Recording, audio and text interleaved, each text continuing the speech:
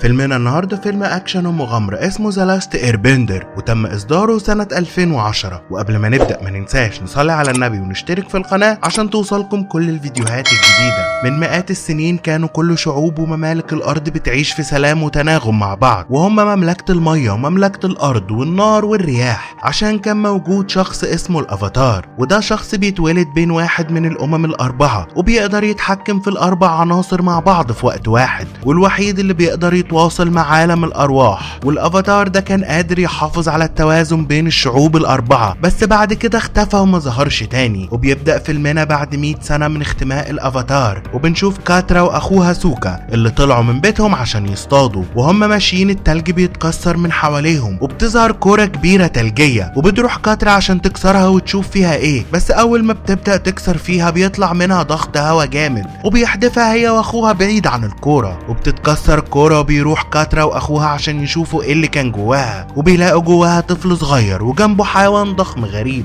وبياخدوه معاهم لقريتهم. لما بيفوق بتساله كاترا هو جه هنا ودخل في الكوره دي ازاي، ويقول لها الولد الصغير ان اسمه انج، وانه هرب من المعبد وكان فيه عاصفه هي اللي حدفته للمحيط، وانه كان تصرف غبي منه لما ساب بيته وهو كان زعلان، بس هو لازم يرجع تاني. وبيدخل عليهم سوكا وبيقول لها انه جيش النار موجود عندهم، وبيأمر الاطفال ما يخرجوش من الخيمة عشان سلامتهم، وبيخلوا معاهم انج. ولما يطلعوا بره بيلاقوا جزء صغير من جيش شعب النار عندهم، وبيتكلم واحد فيهم وبيقول ان اسمه الامير زوكو ابن الملك اوزاي، وعايز منهم كل الناس الكبار في السن. وبيطلعوا كلهم للامير، ومنهم جدة كاترا وسوكا اللي ربتهم بعد ما مامتهم ماتت وباباهم راح يحارب ومرجعش. وبيدخل حارس للخيمة اللي فيها انج وبيشوفه، ولما بيشوف راسه بياخده معاه للامير، والامير بيسأله هو مين واسمه ايه، وبيرفض انج انه يجاوب على اسئلته، وبيقول له زوكو انه هياخده معاه السفينة، ولو رفض هيحرق القرية كلها. وبعد ما بياخدوا معاهم انج تقول كاترا لاخوها ان الولد ده كان مسؤوليتهم، وهم كده بيتخلوا عنه بكل سهولة. وبيسمعوا دوشة بره، ولما بيطلعوا بيلاقوا الحيوان الضخم بتاع انج عندهم وقاعد يلعب مع الاطفال. وبتقول كاترا لاخوها ان الحيوان بتاع الولد ده بيقدر يطير، ويروحوا الاتنين لجدتهم عشان يقنعوها يروحوا ينقذوا الولد الصغير. وجدتها بتقول لها انها كانت عارفة انهم من اول ما اكتشفوا انها تقدر تتحكم في المية ان اليوم ده هيجي، لان مفيش اي متحكمين في المية في عشيرة المياه الجنوبية. وبتقول لها جدتهم ان الوشوم اللي كانت مرسومة على جسم الولد دي ما شافتهاش من قرون، وان الولد الصغير ده ممكن يطلع الافاتار. وبتحكي لهم حكاية الافاتار وازاي اختفى مرة واحدة، وعن عالم الارواح اللي كان هو الوحيد بيقدر يتواصل معاه. وتقول لهم ان شعب النار مش حابين يعيشوا تحت قوانين الافاتار ولا حتى الارواح، وانها موافقة انهم يروحوا هما الاتنين ينقذوا الولد الصغير. ونروح لسفينة جيش النار اللي كان فيها زوكو ومعاه عمه ايرو. وكان عم زوكو بيعمل تجربة على انج، وجاب له 3 عناصر نار ومية وحجر، ويطلعوا ال3 عناصر بيتحركوا قدام انج منجذبين ليه، وبيعرفوا ساعتها انه الافاتار. ويقول له زوكو انه هيسجنه مش هيشوف الشمس تاني. وبيهرب بسرعة انج منهم وبيقفل عليهم الباب عن طريق قدراته في التحكم بالرياح، وبيطلع بره وبيحدف الحرس بعيد.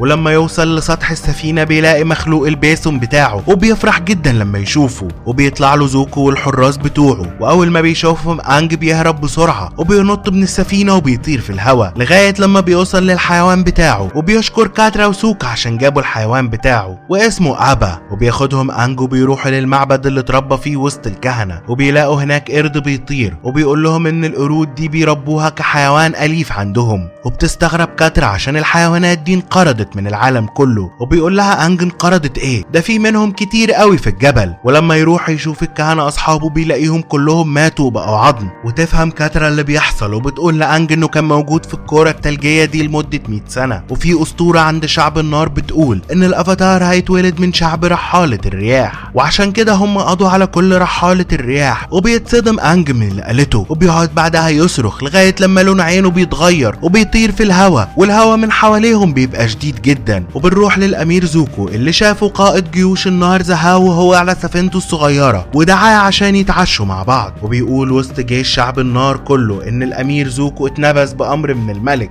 والملك مش هيرضى عليه الا لو جاب له الافاتار، عشان الملك يتاكد ان ابنه مش ضعيف زي ما كان فاكر وهيبقى كفء بالعرش. وبيروح زوكو وهو متعصب لزهاو، وبيقول له ان جايبه هنا عشان يهزقه مش يتعشوا مع بعض. واول ما هيجيب الافاتار الافاتار هيخليه اول واحد ينحني له ويسيب المكان هو وعمه. وبنرجع لانج اللي كان بيسأل كاترا واخوها عن مدى سيطرة اهل النار، وبتقول له كاترا انهم مسيطرين على اغلب القرى الضعيفة. وفجأة بيدخل عليهم ولد صغير بيجري وبيتحامى في زوكو، وبيدخل وراه حراس النار ويقولوا لكاترا واللي معاها ان الطفل ده بيتحكم في الحجارة وده مش مسموح بيه في القرية هنا. وبعدها بتحاول كاترا تستخدم قدرتها في المية، بس بتيجي في اخوها وبيقعدوا الحرس يضحكوا عليهم وبياخدوهم معاهم كلهم وبيحبسوهم مع باقي المتحكمين من اهل القرية. ويروح الولد لابوه اللي بيشكرهم انهم انقذوا ابنه بعد ما هرب، وبيحكي لهم ان الجيش النار بقى مسيطر على القرية دي بعد ما اتهزموا في الحرب، وكل اللي عندهم قدرات سمحوا لهم يعيشوا بس في السجن. وبيصرخ فيهم انج وبيقول لهم ان قدرات اهل الارض كانت من اقوى القدرات، ودايما الارض بتتحكم وبيقدروا يحاربوا شعب النار وبينتصروا عليهم. ويقول لهم ان اسمه انج وهو الافاتار. وبيسمعوا كده الحرس وبيهجموا عليه، بس بيقدر انج يحدف الحارس بعيد. وبتبدأ المعركة بين انج ومعاه كاترا وسوكو واهل الارض ضد جيش النار، وبيقعدوا يحدفوا الجيش على اهل الارض نار وبيصدوها اهل الارض، وبيهجموا عليهم ومعاهم انج وباقي الفريق وبيقضوا عليهم والباقي بيهرب من القرية. وبعدها بيقول انج لكاترا انه هيروح للمعبد عشان يحاول يتكلم مع الارواح وممكن يرشدوه. وبيتحرك انج ومعاه ابا وبيروح للمعبد، وهناك بيقابل واحد عجوز وبيفرح لما بيعرف انه هو الافاتار، وبيقول له ان بيجي للمعبد هنا دايما عشان يزوره وهو من قرية جنب المعبد. وبياخدوا وبيفرجوا على اوضة سرية فيها تماثيل لكل الافاتارات اللي جم على الارض. وبيحكي انج للراجل العجوز انه هرب من المعبد عشان عرف ان هيكون الافاتار القادم، وانه عشان يكون افاتار لازم يتخلى عن حاجات كتير زي ان ما يكونش ليه عيلة وهيشيل مسؤولية الشعوب الاربعة، وعشان كده هرب وما كانش عايز يشيل المسؤولية الكبيرة دي.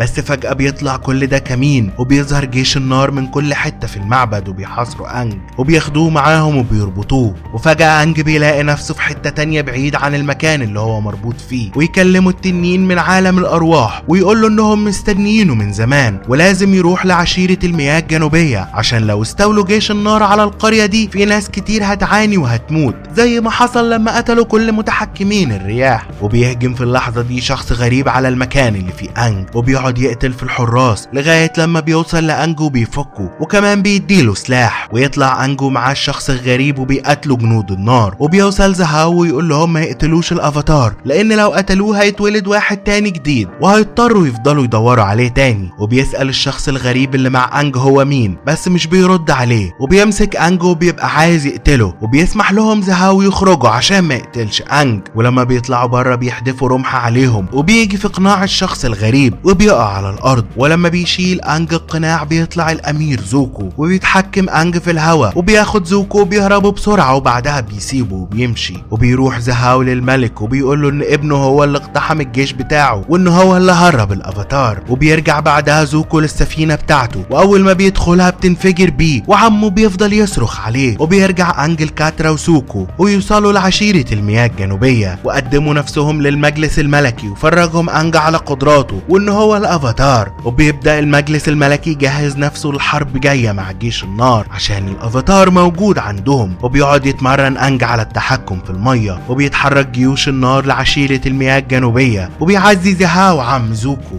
وبيقول له ان سمع عن الحادثة اللي حصلت لزوكو وهو جايبه معاه عشان هو استراتيجي موهوب. وبيروح ايرو للمكان اللي مخبي فيه زوكو في السفينة واللي بيطلع عايش بعد الانفجار اللي حصل. وبيقول زهاو لزوكو ان هو متأكد ان اهاو هو المسؤول عن انفجار السفينة، وعند شعب المية بيعرفوا ان خلاص جيش النار على ابواب مدينتهم. وبيروح انجو بيتصل بالارواح عشان يساعدوه، بس فجأة بيظهر الامير زوكو وبيهجم على كاترا وبتتخبط وبيغمى عليها. وتبدأ المعركة بين جيش النار وجيش المية، وبيجي سوكو يفوق اخته اللي بتقوله ان زوكو خطف انج، وانج هو مغمى عليه بيقدر يوصل لروح التنين. وبيسأله ازاي يحارب جيش النار، وبيقول له التنين يقدر يستخدم المحيط ويوريهم قوة المية. وبيصحى انج وبيحاول يهرب من زوكو وبيقعدوا يضربوا في بعض لغاية لما بتيجي كاترا وتجمد زوكو وهو واقف في مكانه. وبينزل انج للحرب ضد جيش النار، وبيطلع زوكو من حالة التجميد اللي هو فيها وبيروح لعمه اللي بيقوله ان جيش النار في كل حتة ولازم لازم يهربوا بسرعة ويبقى قدامهم زهاو وبيحاول يهاجمهم، بس ايرو بيصد الهجوم ده وبيسيبوه يمشوا. وبعدها بيوصلوا 4 جنود لزهاو وبقدراتهم بيقدروا يحبسوه في كورة مية كبيرة وبيطيروه فوق، وبعدها بينزلوه على الارض ميت. ولسه جيش المية ومعاهم انج بيحاربوا جيش النار، وبيتحكم انج في المحيط وبيمنع الجنود يوصلوا لابواب العشيرة، وبيعمل سد عملاق من المية لدرجة ان الفريقين سابوا الحرب وبدأوا يتفرجوا على السد الغريب. وبيقدر انج بقدراته يبعد السفن العملاقة بتاعت جيش النار، وبيفرحوا جيش المية بالانتصار العظيم، وبينحنوا كل جنود الجيش لانج. وبتقوله كاترا انهم عايزينه يبقى الافاتار الخاص بالعشيرة بتاعتهم هم كمان، ويبادل الانحناء ليهم انج، وشكله وافق اخيرا انه يبقى الافاتار ويتحمل مسؤولياته. ونروح للملك اوزاي وبيقول لبنته اوزلا ان نجم اسمه سوزين هيوصل للارض بعد 3 سنين، ولما يوصل هيكونوا ساعتها اقوياء جدا، ولازم لغاية لما يوصل الارض تمنع الافاتار من التحكم في باقي العناصر وهم الارض والنار عشان ما يبقاش اقوى من كده. وبتوافق اوزلا على المهمة دي. وبكده بيخلص فيلمنا النهاردة، وما تنسوش تعملوا لايك على الفيديو وتشتركوا في القناة لو انتوا جداد معانا.